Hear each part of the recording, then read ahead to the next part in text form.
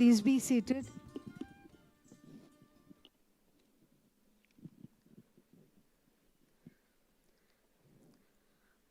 On behalf of the Department of Defense and Strategic Studies, Savitribai Phule Pune University, I, Bharati Kokil, welcome you all to the General B.C. Joshi Memorial Lecture 2024.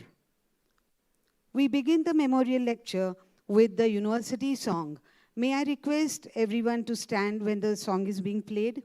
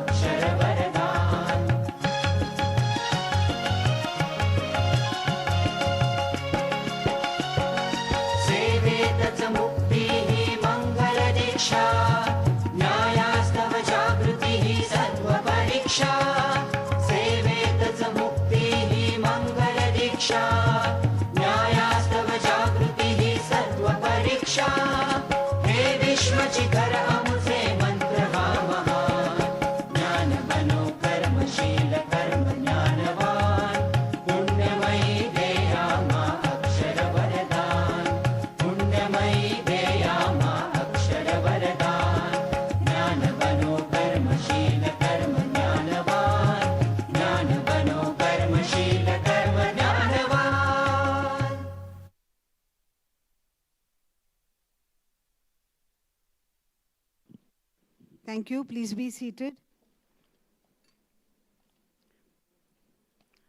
I now request the head of the Defense of Department and Strategic Studies to deliver the lecture.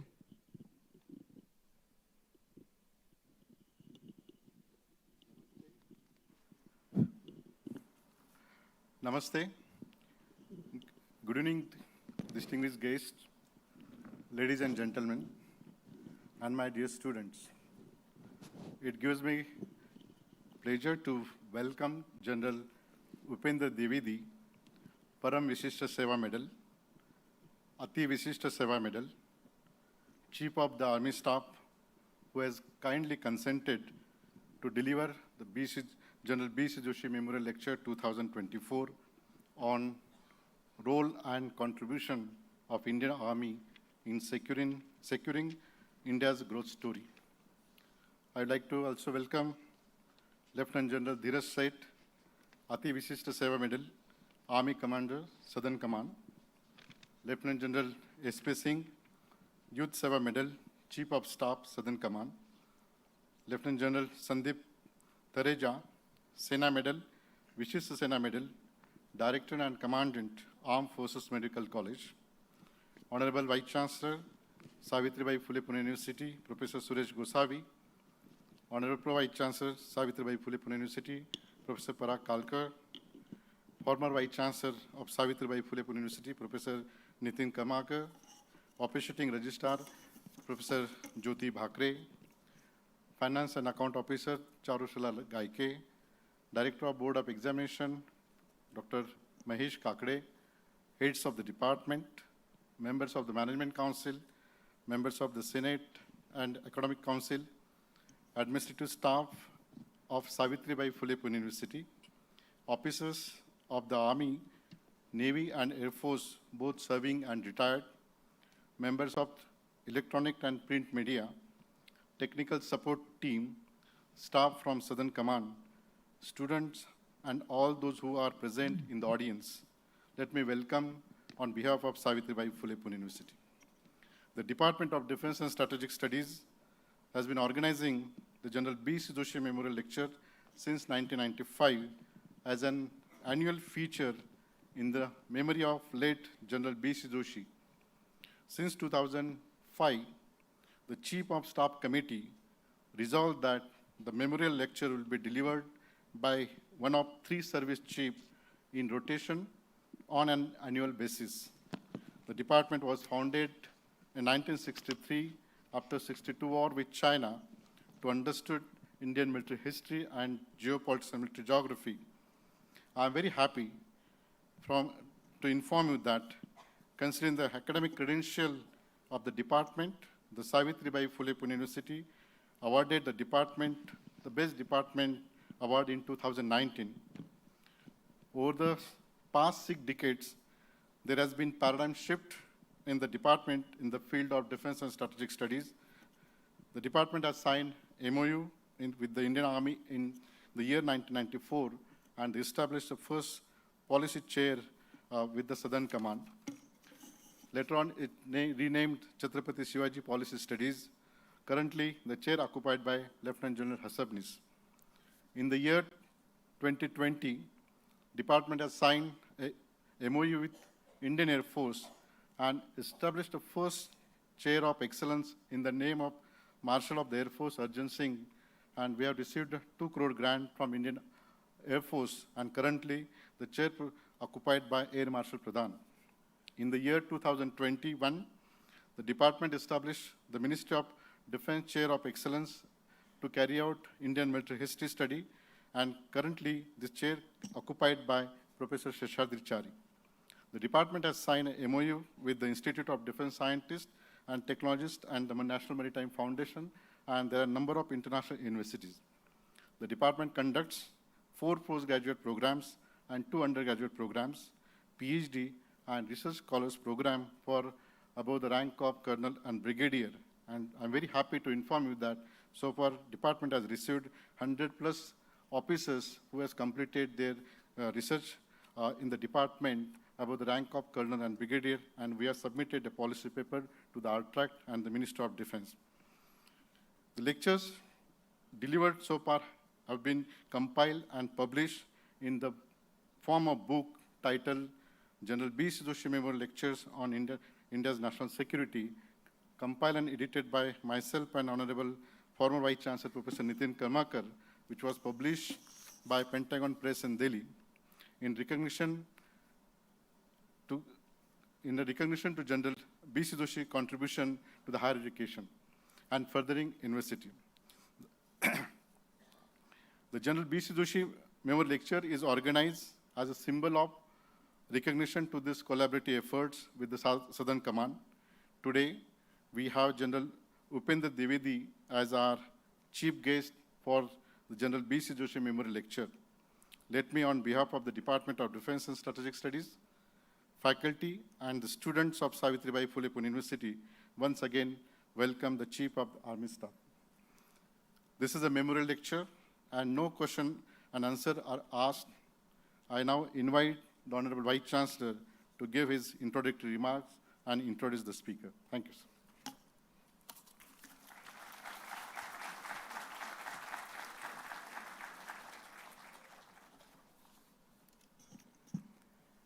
Namaskar, good evening to all and welcome to this beautiful campus of Savitribai Phule Pune University for today's General B.C. Joshi Memorial Lecture.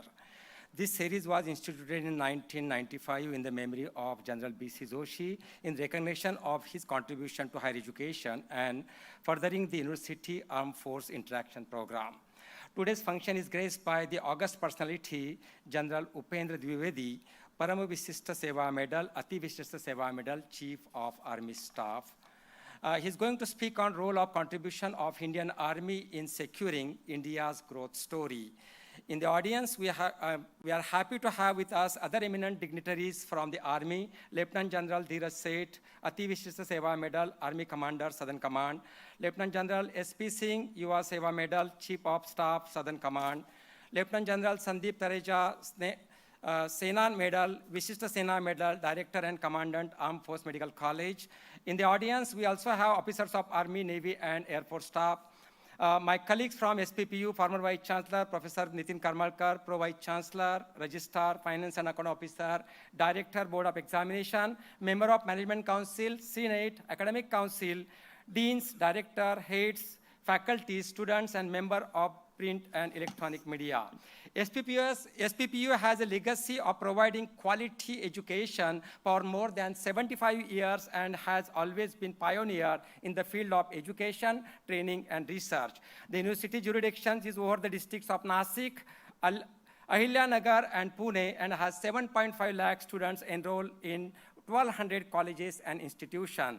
And overseas campus is also providing the same quality education at Doha, Qatar. I would like to mention few achievements of our university. The university has achieved 3rd rank in the state level category of NIRF ranking. SPPU has been ranked at the number 173rd amongst 984 Asian universities by QS ranking recently.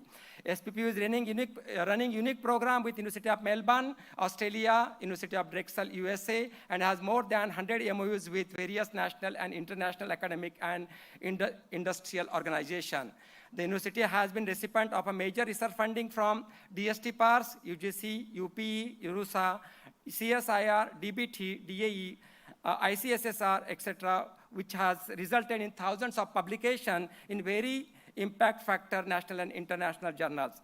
University works in close connection with the armed force through the campus department. We are running 4 PG program, 2 UG program, 11 diploma program, and PhD program, which are conducted in the Department of Defense and Strategic Studies. The Department of Management Science conducts 1-year diploma in management program for disabled soldiers at QMIT Pune. This is a social initiative of university and no fees are charged for these courses. The department also enrolls army officers in 2 years full-time MBA program. Entrepreneurship development program and the social workshop for the soldiers retiring from army are conducted every month. The university believes in holistic development of students, evident by the facilities provided by the sports.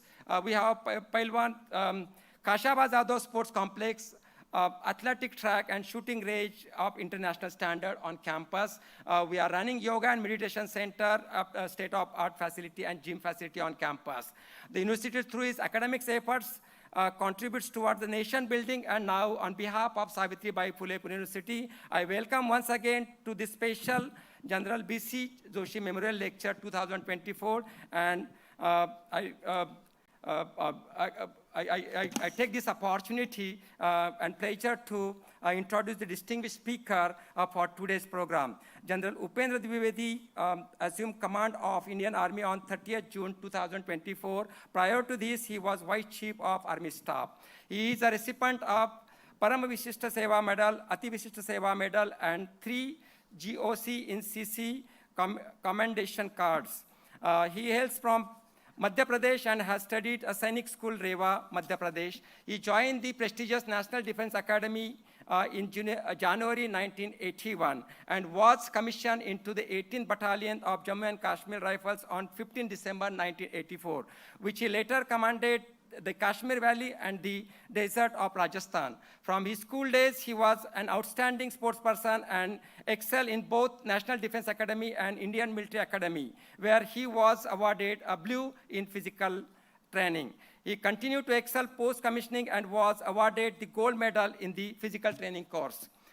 General Officer has unique distinction of balanced exposure along northern, western, and eastern territories in varied terrain and operational environment, including desert, high altitude, riverine, built-up area, northeast, and Jammu and Kashmir.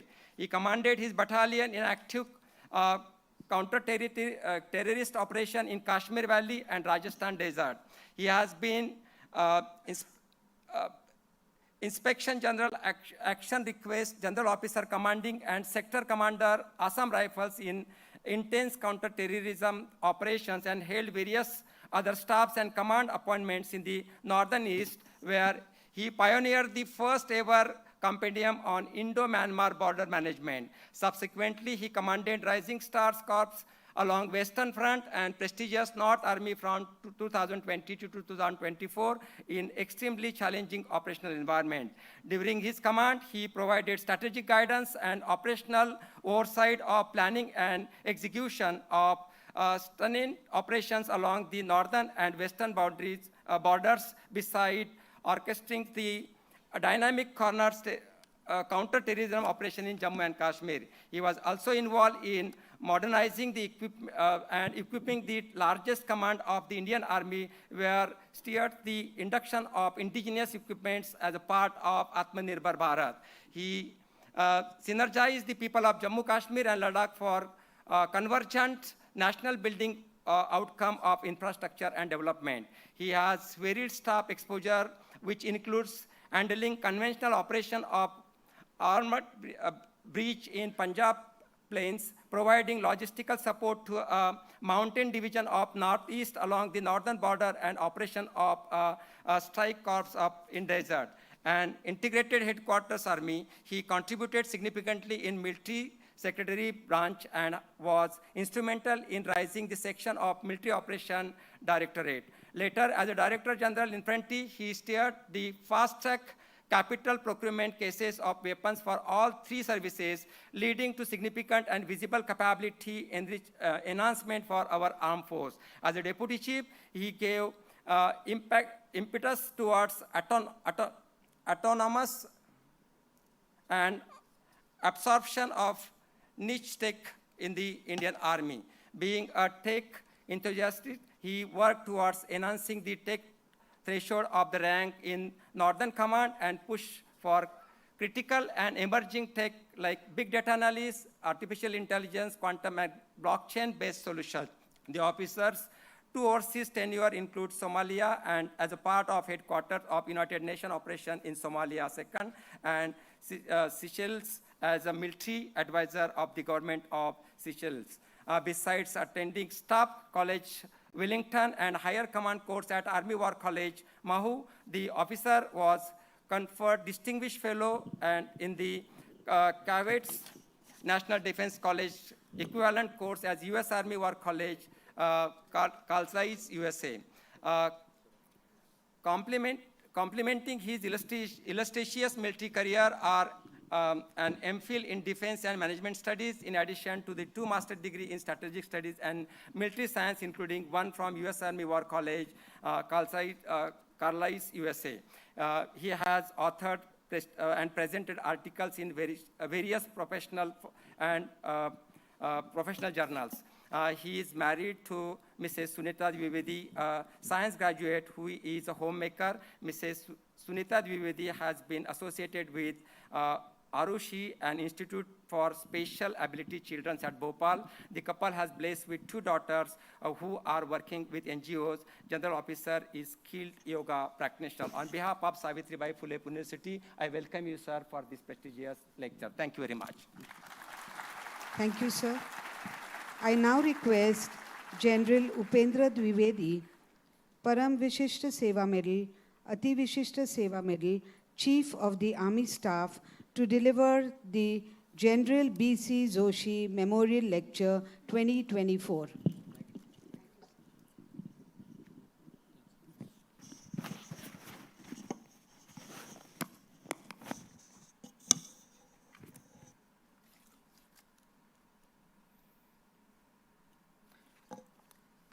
So since we are talking about the growth story, so let me see the bar of the growth of India. How's the Josh? How's the Josh? Thank you. I should have called for 3rd time, but your bar has already crossed the limit. The 2nd time itself. Okay. So, Professor Suresh Gosavi, Vice Chancellor. Professor Parag Kalkar, Pro Vice Chancellor. Professor Vijay Khare, Head of Department, Defense and Strategic Studies. Lieutenant General Dheeraj Seth, GOCNC Southern Command. And of course, Professor Dr. Jyoti Bhakare, Officiating Registrar. Esteemed veterans and serving officers, faculty, students, Savitribai Phule Pune University, and all friends who are connected with us virtually as of today, colleagues from media, ladies and gentlemen, good morning and Jai Hind to everyone. It's indeed a privilege to speak at this esteemed institution, which honors and upholds the values of Savitribai Phule ji, who devoted her life to promoting women's rights and empowerment. Her noble pursuits truly embodied the ideals of present-day Nari Shakti initiatives. It's also an honor to deliver the annual memorial lecture to tribute General B.C. Joshi, who was an epitome of professional soldiering and military leadership. I remember it was in 1992 when he was the Western Army commander and it visited IMA. I was the instructor there.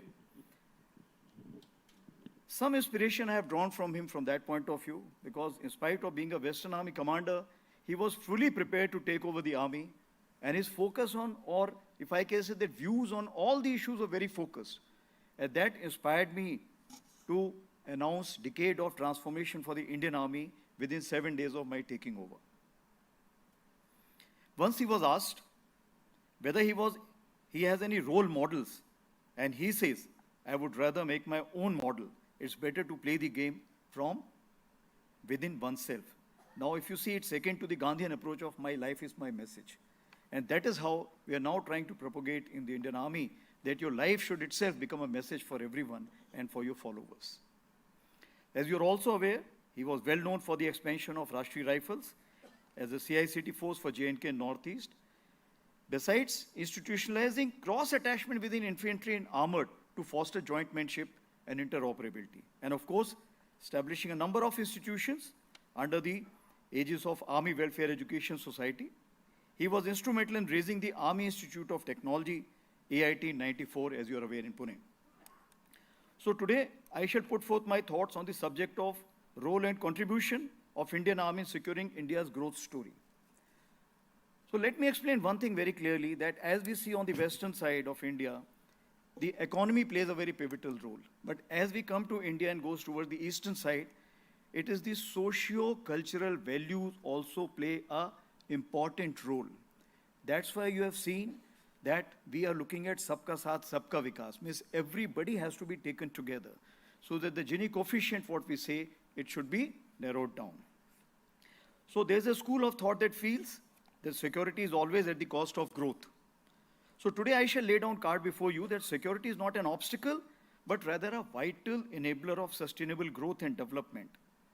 Mr. K. Subramaniam, a visionary and great thinker, made an irrefutable argument that the debate is not a versus proposition, but an and prerequisite.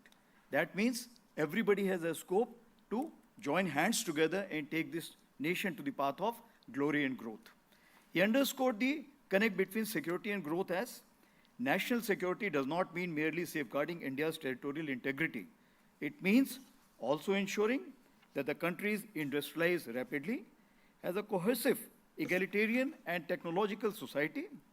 Anything which comes in the way of this development internally or externally is a threat to India's national security. This is how, if you see the national security strategy and measures all instruments of national power towards the national security. And that is why military is only a part of it, but we play a major role. So firstly, when we talk about Prosperous Nation 2047, I think two prefixes are very important, progressive and peaceful. And moment you add this, the net security provider happens to be the Indian Army. We are seeking avenues to bring together capacities to support and augment lines of effort of the nation towards the goal of Viksit Bharat 2047. As far as Indian Army is concerned, it is normally known for three things: ensuring the territorial integrity or sovereignty of the borders. Second thing is internal security. That is CICT ops most of the time. And then the third thing is humanitarian assistance and disaster relief. So I shall not cover these three aspects and look at what else Indian Army is doing or is capable of doing. So coming on as far as the IS duties is concerned, past and present is known to us. with emerging IS situation in J&K Northeast. In J&K, we have been able to transform theme of terrorism to tourism. Now, as we dig deeper into our past, amalgamation of approximately 600 plus princely states, military played a pivotal role for their integration and amalgamation, including Hyderabad and Goa. As far as humanitarian assistance and disaster relief is concerned, one of the GOC of Southern Command, he conceptualized NDMA, that is the Disaster Management Authority. This was General N.C. Vij, who had first-hand experience of Bhuj earthquake in year 2001. He was the Southern Army commander. He camped there for months together for resuscitation of the township. And now, based on that feedback, we were looking for that what all we could do. And recently, as you're aware, we had seen Wayanad, and our troops also went to Turkey. So now Indian Army has gone in for 17 HADR bricks. It is a unilateral decision taken by the Indian Army for emergency reaction pan-India, as by virtue of a wider presence and reach, de facto, we become the first responder along with the NDRF and Indian Air Force. Along the borders, if you see the 100 kilometers from the borders, since we are present both the sides, Northern Front and Western Front, we become the natural first responders by virtue of we being present in those critical areas. Now, during COVID pandemic also, military COVID warriors, some of them are sitting here, including MNSIC, they open new hospitals besides opening up all military hospitals for local population with enhanced capacity. So now this is as far as the three issues or the three tasking which was given. I have summarized in 4-5 lines. Now coming on to the broader issue, that what else can we do? So let's look at border area. Maharashtra, as you're aware, that maximum tourists along the border areas who have been deployed there, you'll find that Maharashtra tourists are everywhere. Even Karu, where the 3D is located, Maharashtra government has given money for creation of a war memorial. They've also offered the money for rejuvenation of the Kargil War Memorial. So what I'm saying, this state as such is connected in a big way as the borders are concerned. So transformative potential of tourism is immense, and recently in the border, we have seen exponential rise. So what we have done, we have identified 48 areas which have been identified along the borders for promoting tourism. And we recently had the seminar where we had the Raksha Mantri ji, Tourism Minister, and Arunachal Pradesh Chief Minister. We all came together. This is the first time ever in the history of India, and we decided, let's discuss together and see how to promote the border tourism. So we have made a plan, which is for next 5 years. We have committed to promote adventure activities and provide support to organizers and tourist operators to enhance the footfall in border areas. Upskilling locals in mountaineering and associated activities is part of it. And this is majorly being done in Nepal in any case. Sherpas are being trained by the military. And of course, we have just made a beginning. So major projects undertaken include Trans-Himalayan Trek, which we are sponsoring, Soul of Steel Trek in Uttarakhand, that is Mountain Skill Survival Challenge, opening of Trek to Siachen Glacier for all citizens. And of course, we are gradually opening up the battlefields, including Kargil and Galwan, for tourists to get first-hand experience of such battlefield and empathize with the soldiers who laid out their life for the sake of this country. Army Adventure Wing provides one-window security clearance and coordination for such adventure initiatives. And in last few years, 42 trips is something which we have already endorsed. The second issue what we are looking at is the infrastructure development. As you are aware, that we are omnipresent along all the borders. That is the bedrock of sustainable growth along the borders in any case as the infrastructure development is concerned. It spans across all domains, that is roads, bridges, power, telecom, agriculture, water supply, health, sports and education. The dual-use infrastructure is the host state's flavor as of today for according high priority for construction or development because they get the votes also and they get the facilities also. So surface transport and road infrastructure for meeting operational sustenance requirements of Indian Army has ensured outreach and connectivity to citizens who inhabit far-flung areas.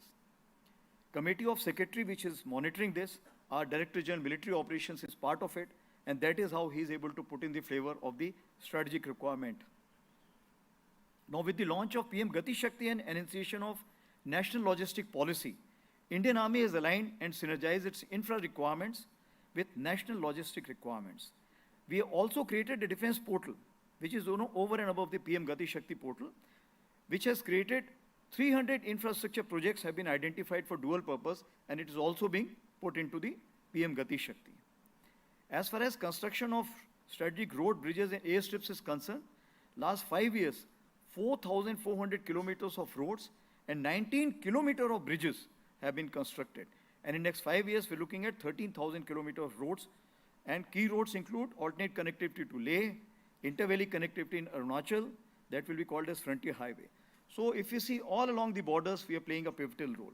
I must also say the borders are also smart. When you say smart, it means the 4G connectivity. Indian Army has used its presence to facilitate communication to remote habitations by permitting civil telecom services. And these civil telecom service providers have been allowed to use the army towers so that they can provide the civil communication, because it's only launching of that, mounting of that machine or the equipment which is required. 4G connectivity to 355 army posts have been given. And as a result, all those who are surrounding that area, those remote villages have also gained. As far as the power supply is concerned, we have been able to pull up this power supply with the help of the power minister to all the forward areas through the military assistance. And alternate power supply in Himalayas in form of green hydrogen plant and solar powered plants are also implemented. Solar power plants have been presented by our last president, and the present president is presenting us with the sewage treatment plant in Glacier. Now coming on to this economic development and employment generation, if you only talk about borders, as far as the economic development as a whole for the nation is concerned, I'll talk about it later. Indian Army is supported for long with Ops Sadbhavna, which now has been permitted for northern borders too. From last year, for northern borders also, we can pitch in this money, and with the outlay of 150 crores. Now this is not enough, it's too lesser money. So here I'll quote our Prime Minister on 1st of April 2023, when we talk about the Vibrant Village program for identified 600 villages. He spoke to all the commander-in-chiefs and he said, what I'm looking from the army is basically to provide the soul to these villages. He says, money I can provide, the civil administration can take call for everything, but the soul has to be provided by the army. Now what does it mean? It means cultural revival. The trust among the local population that the whole of India is supporting them. They are not the last village, but they are the first village. The reverse migration which must take place, the tourism must come up, and they should feel important wherever they are staying. And I assure you that we have gone in a big way in ensuring that. Now, I must also cover socio-cultural and historical, because socio-cultural integration, military plays an important role. I'll just give you example. This I have drawn from the analogy given by Mr. Sudhanshu Trivedi. When the body bags go in a Western or developed country, what happens? There's a hue and cry. But what happened in Kargil? They always got a place of respect, and you found the whole village, township, the city, everybody congregated together to acknowledge that bravery, the saga of bravery. That is the difference, because our socio-cultural values are very strong, and Indian Army plays a very important role in that.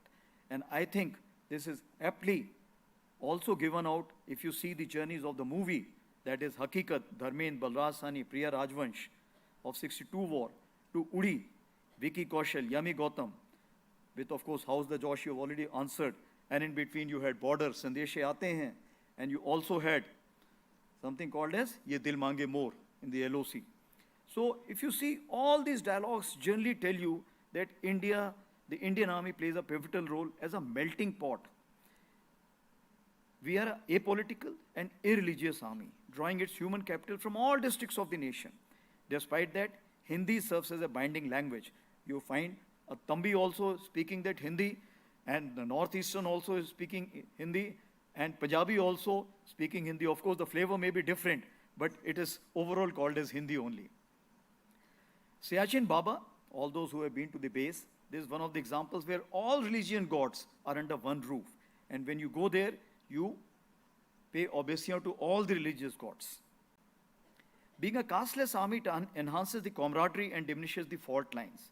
One payoff this was recently seen in Manipur, where the veterans from the warring communities took on the mantle to allay the fears and restore trust among the two ethnic factions. Today, both community members, that is Kukis and Maitis in Indian Army as well as Assam Rifles, are operating in complete harmony in the same unit. We are also training the police personnel in these areas to instill their values, that their duty is more important vis-a-vis their identity.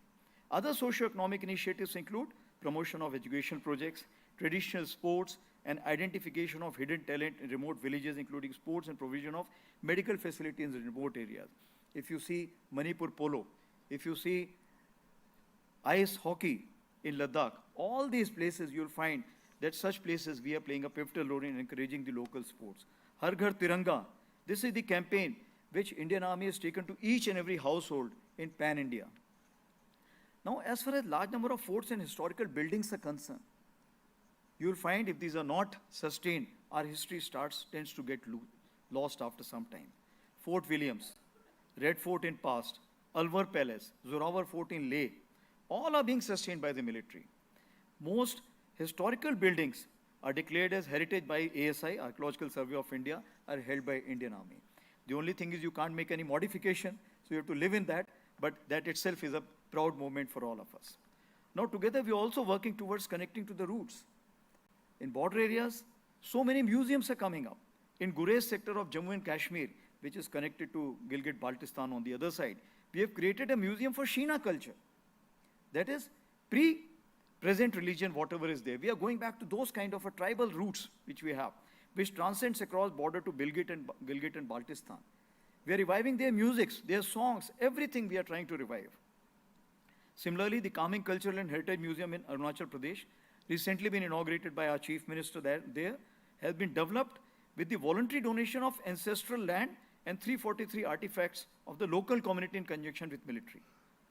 We have also seen that all war memorials in military museum have been made tourist friendly, and we are trying to put them in the tourist destination.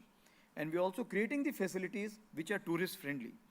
Rezangla, Kargil, and so on and so forth, Valong, all these places have become a must-touch kind of a destination for all the tourists pan-India.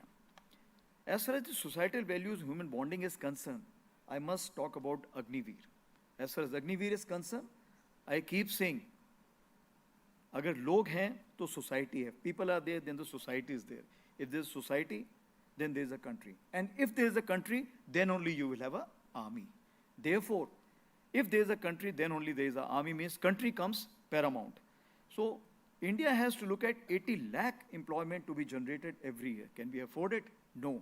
And this is the cause of worry for the Western and others also, that the demographic advantage which we have, are we able to utilize it? And Agniveer is a small, if I can say that, a very small number in that. 80 lakhs and 40,000. That is the difference. So these young individuals, shaped by discipline and knowledge, will form the backbone of community for the value system of Indian Army, that is honor, pride, and steadfastness, and selfless service under the banner of Naam Namak Nishan. As far as the role of veterans is concerned, I must say that they played a pivotal role earlier also, and they are continuing now also. I will leave aside the big-time industrialists, I will leave aside the political hierarchy, I will leave aside even the bureaucrats. So few I would like to name, that includes Colonel Bhatia of Bharat Forge in Pune, Lieutenant Colonel Hem Lohumi of Namami Gange, who's taken on the responsibility of cleaning Ganges, Nayak Shivaji Shamrao Dole of Nasik, who is getting the complete community together for the agriculture, Major Ashim Kohli of Flag Foundation of India, who is moving around India everywhere to make sure that Indian flag relevance is known, and these are installed all over India. And of course, there are many more to give out such names. Now, recently during my visit to Nepal, I was also privileged to meet Havaldar Bishnu Shrestha. Some of you may have heard his name, but let me remind you, who while traveling to Gorakhpur by train to go back to Nepal, after retirement in September 2010, fought with more than 20 dacoits with single kukri to save the honor of the fellow passengers, the female passengers. And when the dacoits came to him, he quietly gave away his wallet and watch, didn't say anything. But when he saw that the honor of a fellow passenger was being questioned at, that is the time his kukri, took out his kukri and made sure that he could neutralize few. And in that honor, he was given the Sena Medal also post-retirement by the Indian government. Coming on to the NCC, now this is something, as you're aware, that this was the Prime Minister's vision also, and a major expansion has taken place. Because NCC is one organization which looks at character building and national integration. So staffing, support and stakeholdership of NCC to foster patriotic values and national integration is being done by us. And recently, in Jammu and Kashmir also, as you're aware, the youth is there, but the industry is not there. So NCC has raised few battalions to make sure that the youth gets attracted to the national integration part first. Now let me move on to the education, sports, health, and the environment. So Indian Army is providing quality education through 430 APS or the APPS schools, what we have. We also have 39 ASHA schools for children with special ability. And when we carry out calculation, whatever number we have, it's only 40% there are military children. 60% children in that are from the civilian population. But the best part is, so many NGOs have come forward to help us because they know that Army can't afford it. So there is a NGO called as Religare. Other NGOs are also coming forward. Ministry of Social Justice has also now come forward to kind of pump in the money or help us out in running the establishment.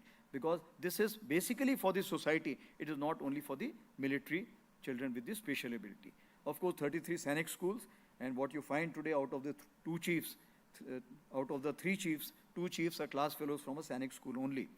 We have 5 military schools and 12 colleges for higher education. The game changer has been the Army Goodwill School. Approximately 47 Goodwill School we have at various places, which are the harbinger of hope in the disturbed areas of Jammu and Kashmir. And what we do, we prepare them there. Thereafter, we send them to various academies. We also send them to various engineering colleges, medical colleges, nursing colleges for further study. So this is the time once they get this kind of a support, they come back to the society instead of running away from such disturbed areas and pay it back to the society which propelled them. Adopting and hand-holding of 148 government and government-aided schools. We have started a scheme called as Vidyanjali. So this is a new scheme started about 1.5, 2 years back, that every school is adopting its sister school where they feel that they can do a lot by provisioning of resources, material, teaching, and also the friendship or the guidance, long-term relationship which is required to be established. Most formations are conducting coaching classes along with NGO and CSR collaboration. So you'll find the society as such is coming together. The only thing is we are helping them out, we are connecting the two. And Super 30 or 50, at all these places you will find we are playing a pivotal role. And the success rate is approximately 70 to 80%. And we are proud about, we are feeling very proud about it. As for the skill development programs, including vocational training centers, what we have, where young men and women are trained in multifarious skills to take up entrepreneurship. This we are working out with the Ministry of Skill also. Exposure to repair shops, the mundane job which also there become important. Bed and breakfast concept. The rooms are being kind of sponsored by created and those people are being trained accordingly. Small scale restaurant, which is being done by BRO. I see the ex-DGBR sitting here. It happened during his time that the government gave the sanction to BRO. Okay, you can create restaurants at all these places. And once you feel that the local people can take on that job, you please hand over to them. Yoga. Military is in the forefront to showcase benefit of yoga under the banner of Fit India. In most difficult conditions, you see on the INS Virat and these kind of carriers also you find it. In the glacier also you find it. Everywhere you'll find.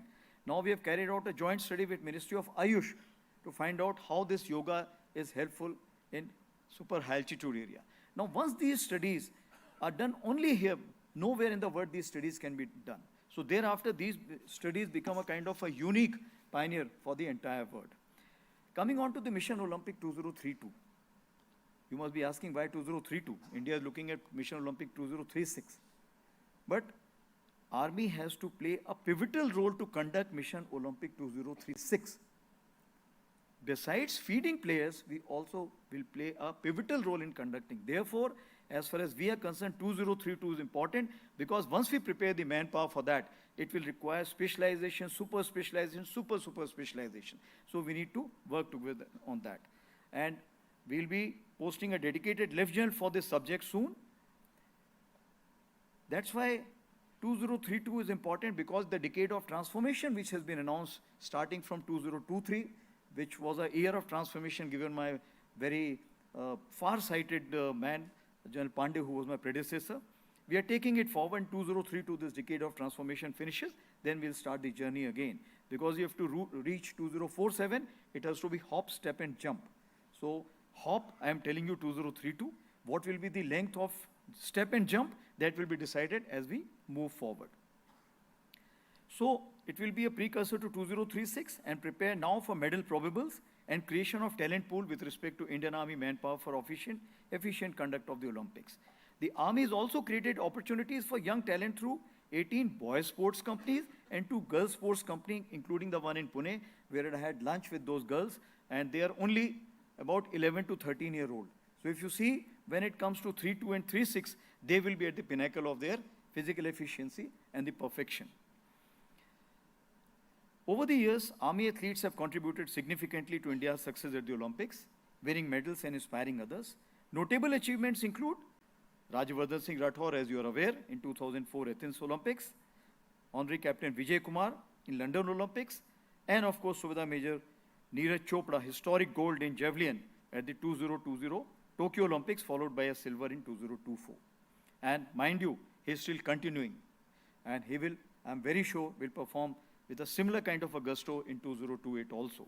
Now, in addition to training elite athletes, the Indian Army promotes sports and unity nationwide by organizing events like Durand Cup. And now Durand Cup has become a mandatory cup for all these sports clubs who are required to participate in any kind of a national and international tournament. And of course, Kashmir and Jammu Premier League under the Khelo India initiative. Now, coming on to the environment conservation, Indian Army is deeply committed to ecological sustainability, contributing through water body rejuvenation projects. We were told to make only 75 as part of the 75th year of independence.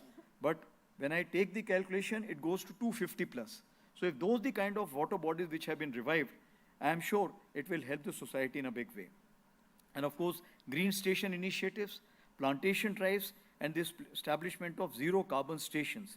Now, clean glaciated areas is also in the pipeline, which we are working out. Our Eco Task Force have planted over 9.5 crore saplings over 2.28 lakh acres of land and have given effect to 93,000 plus hectares of afforestation, while resuscitating 700 water bodies overall and 28 sarovars. In addition, Indian Army is contributing to the Amrit Sarovar initiative by resuscitating what I told you about 250 water bodies, and of course Clean Ganga mission, which we are playing a pivotal role again, because the task force which has been allocated for that, and the new Gomti task force has also been sanctioned last month. Now I must say, the world record which has been made by the 128 Infantry Battalion TA Eco Task Force, along with various organizations including district administration, the Army, the Air Force, BSF, Panchayat, Forest Department and Municipal Council, successfully planted an astonishing 5,19,000 saplings within single hour, within 1 hour at Jaisalmer. And this is part of the World Book of Records. And this was also covered by our Prime Minister Modi in Man Ki Baat on 24th November this year. So Maharashtra has its own TA Eco battalions, which is doing extremely well. Our family members also are becoming part of such initiatives through network of AVA NGO, which is again pan-India, which plays a leading role in supporting families of serving and retired soldiers, including 7 lakh registered widows, Veer Naris and Veer Matas. Note the word 7 lakh. So this is the kind of ecosystem this AVA NGO supports. Now, as Kurt M. Campbell and Michael O. Hanlon in their analysis, Hard Power, the New Politics of National Security, put across that economic ambitions are inherently tied to the security architecture of the region they operate within. And you see the difference between the European Union and Africa. As far as the European Union is concerned, the economic ambitions that stand supported by NATO's security framework. Now in contrast, conflict zones in Africa that often struggle to attract investment despite rich resources. So security is of paramount importance everywhere. The imperative for us, therefore, is to have a robust military strength to back up our economic pursuits. Let me also underscore here the aspect of defense spending being an economic stimulus. Indian Army, with the scope and scale of its warfighting inventory, is one of the largest stakeholders in Atmanirbhar pursuit. Indigenous Capability Development Initiative drives economic growth, and concurrently develops indigenous defense industry, eventually accruing as the capacities to drive defense exports. It's not only the main industry which is there. The kind of a support system which is there, you take, let's say, a vehicle is being made, but the parts of which are being made by the ecosystem. Since I have visited all the industry of the Pune, and I have been witness to all these activities that the Bharat Forge, L&T and others, they may be having big industries, but the support system which is growing up across all these places, that plays a very pivotal role. And those industries are in remote areas also at places. 85% of Indian Army's capital expenditure is on made in India defense hardware. We are doing a major hand-holding of the corporatized PSUs also, as you are aware. We are the largest contributor to the positive indigenization list, 176 of approximately 500 items, that is 35%, recommended by Indian Army and is likely to be procured in next 5 to 7 years, entailing an outlay of approximately rupees 5 lakh crore. Now these efforts are beginning to make a change. Defense export, which were around 600 crore 10 years ago, have crossed the figure of 21,000 crore in financial year 2023-24. And there's a confident optimism that defense exports will reach the figure of 50,000 crore by 2029 and 30. Now herein, Maharashtra deserves a special mention, as the state was the first in India to frame a defense manufacturing policy after private investment was allowed in the defense sector. As a result of these efforts, the state is contributing more than 20% to the country's output in aircrafts, ships, boats, and 30% to the national output in weapons and ammunition. Now, these figures reflect a strategic vision towards promoting the defense industrial sector. And Maharashtra has become a role model, as you are aware, for the South Defense Corridor, that is Chennai Defense Corridor, and also for the UP Defense Corridor. Pune in itself is a renowned hub for institutions of academic repute, startups, research and innovation centers, IT companies, and manufacturing clusters. Here in academia, industry, military, and the state government are joining hands together for nation building through encouragement of defense production. And all those who are following in the open source, you realize many innovation, invention is being done here. Colonel Prasad Bansod, he designed carbine named after his daughter Asmita, called as ASMI, along with Pune-based DRDO lab, that is Armament Research and Development Establishment, called as ARDE. It's already been inducted in Northern Command, 500 pieces have already reached there, which are being exploited.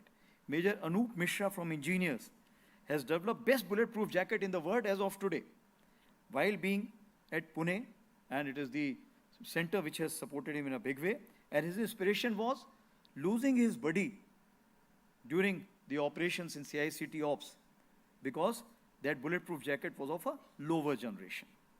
So traditionally, all camps have become also the pockets of development and green lungs of any city, be it Pune, but I'm sure that is, now you may be saying, is it true today? But I'm sure it's much, much better than so many other places. And of course, Sikandrabad, Barakpur, Bikaner, and many more.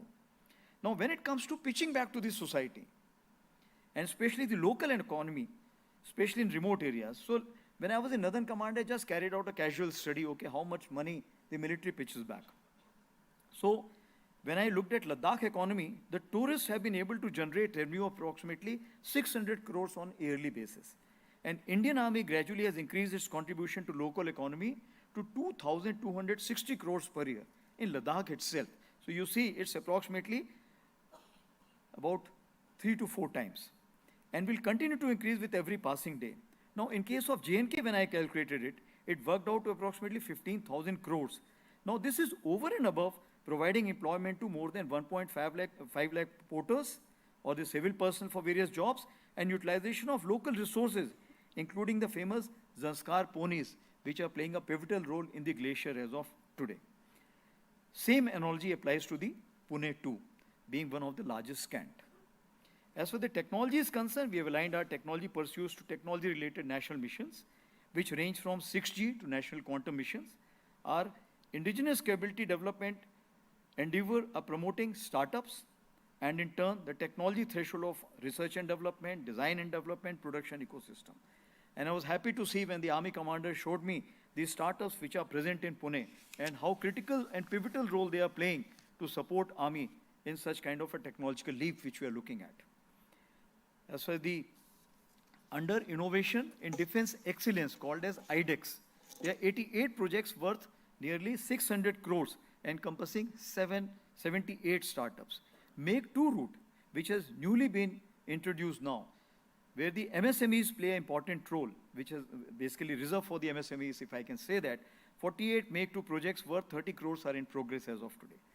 If you look at the research and development, today Indian Army is authorized to invest in any academic establishment for research and development, nearly 30 crores just for research and development, and procurement 300 crores straightway. So that is the kind of facilities we are having. And Raksha Mantri has also launched a scheme called as Aditi, which is again for approximately 30 crores, which can be done with the private parties also in case they compete and their kind of a innovative solution is accepted for further discussion or research and development.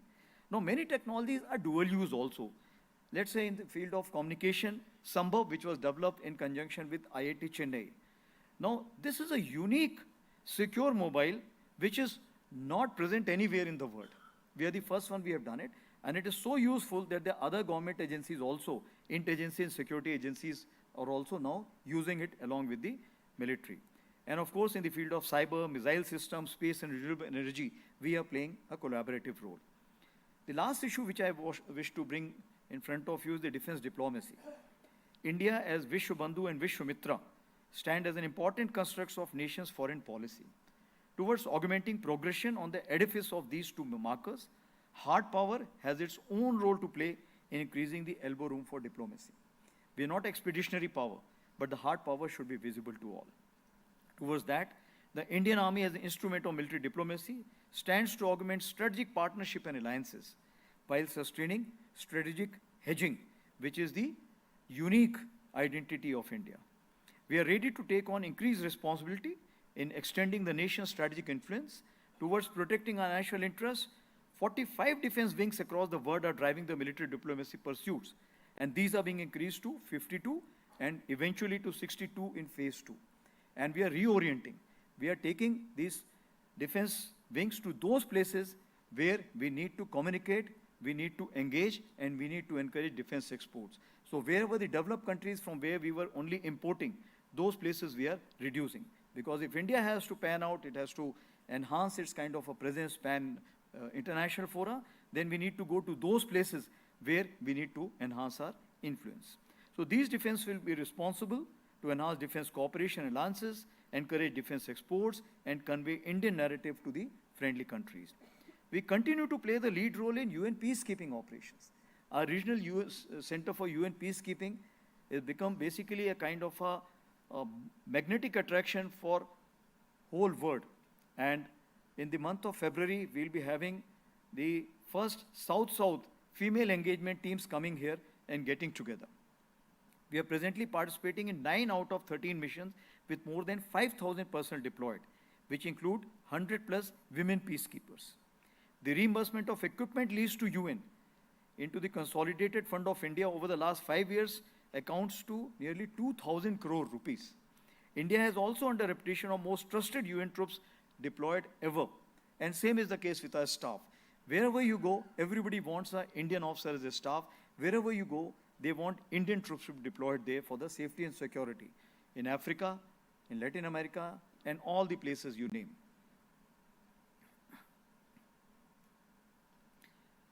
So, I must say that as far as the female engagement is concerned, Major Radhika Sen, she is an Indian Army officer and alumnus of IIT Mumbai, was awarded the 2023 UN Military Gender Advocate of Year Award in May this year by the UN Secretary General himself.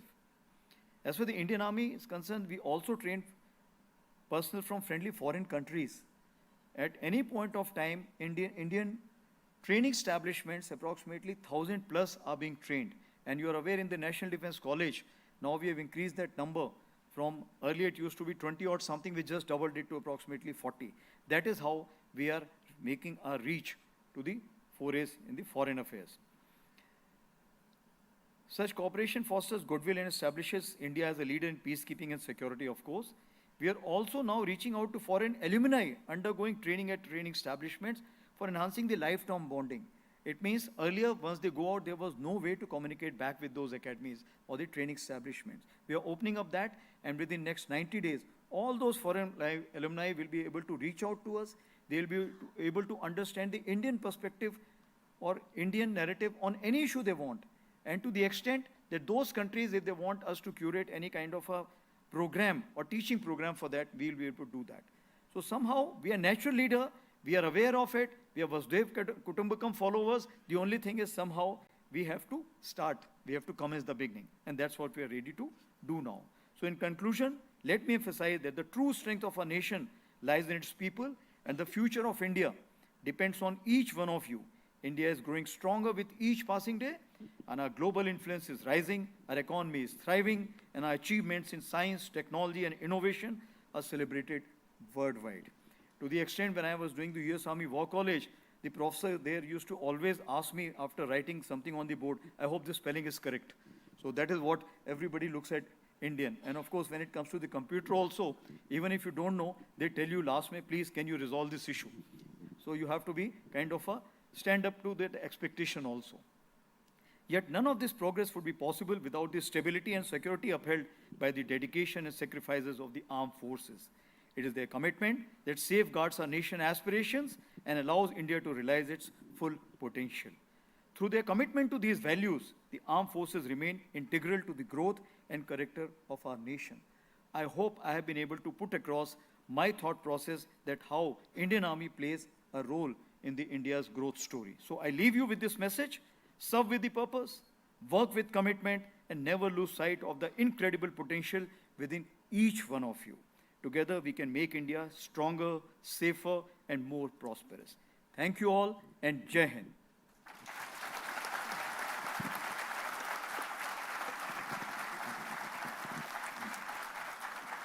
Thank you, sir. Thank you for delivering this lecture. We now proceed with the felicitation. I request the dignitaries on the dais to step ahead for the felicitation.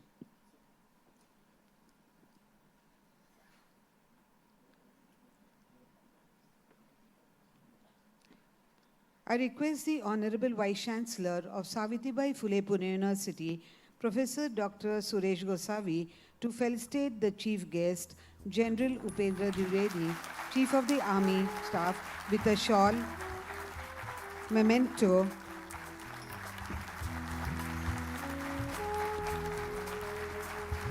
a bouquet,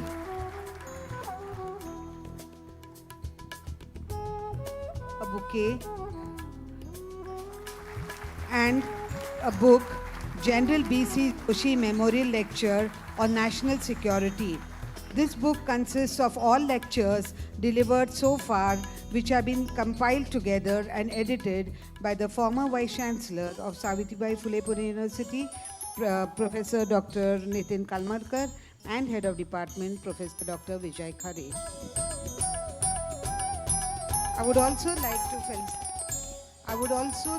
like the Honorable Vice Chancellor of Savitribai Phule Pune University to felicitate Lieutenant General Dheeraj Sheth, Ati Vishishta Seva Medal, Army Commander, Southern Command, with a shawl, a memento, a bouquet and the book. General B.C. Joshi Memorial Lectures on National Security, which are compiled together. The Army would also like to reciprocate this gesture with their memento.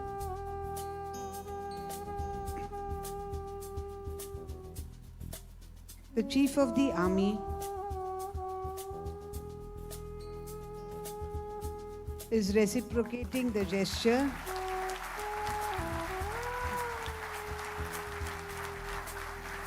Thank you, sirs.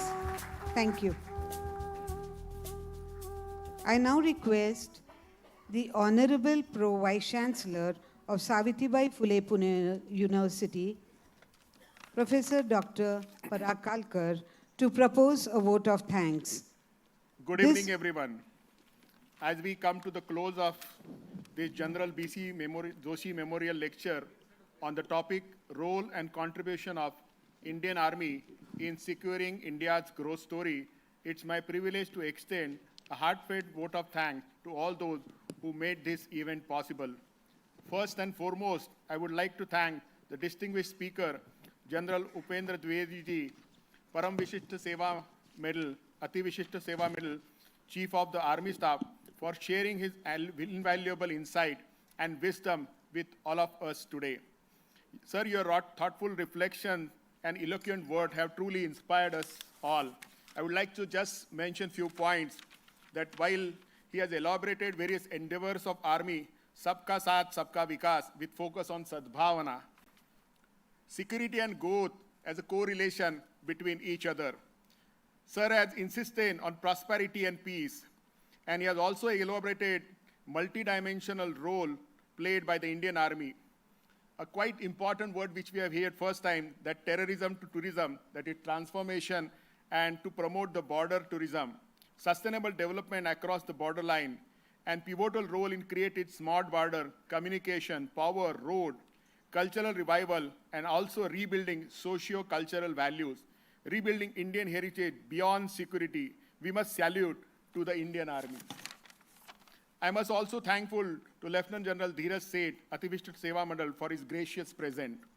A special thanks to our Honorable Vice Chancellor, Dr. Suresh Gosavi sir, for his guidance, Dr. Jyoti Bhakre Madam, officiating registrar, for the support, Dr. Vijay Khare sir and his team of DDSS for their tireless effort in coordinating this event.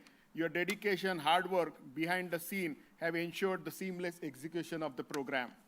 I'm thankful for the serving officer, retired officers of defense, former Vice Chancellor of Savitribai Phule Pune University, statutory officers of Savitribai Phule Pune University, members of management, academic council and senate, faculty members, head of the department of Savitribai Phule Pune University, students of Savitribai Phule Pune University, representatives of electronic and print media, and online viewers of this event.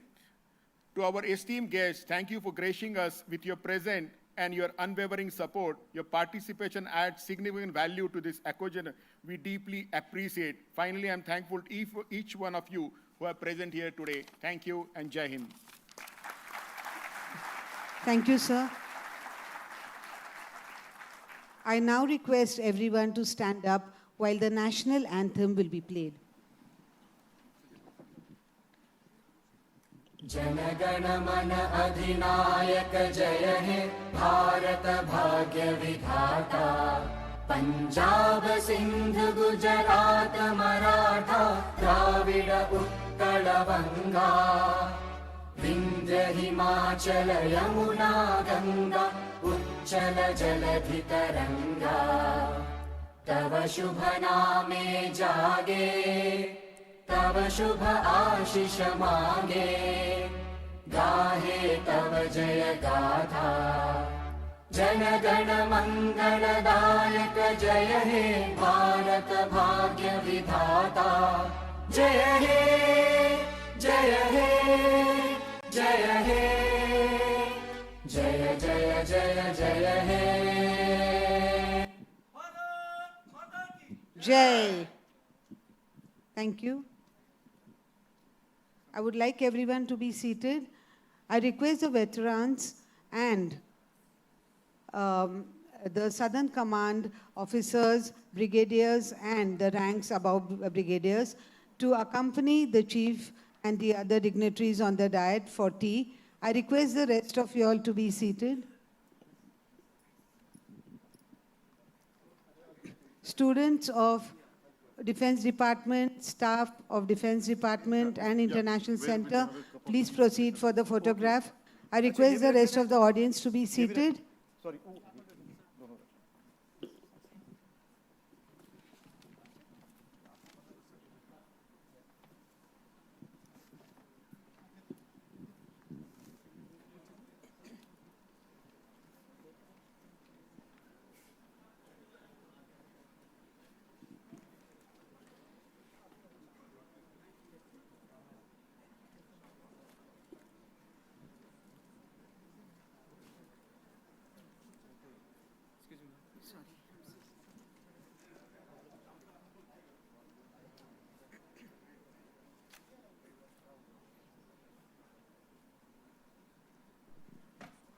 I request the veterans and the army officers, brigadier and the ranks above the brigadiers to join the dignitaries.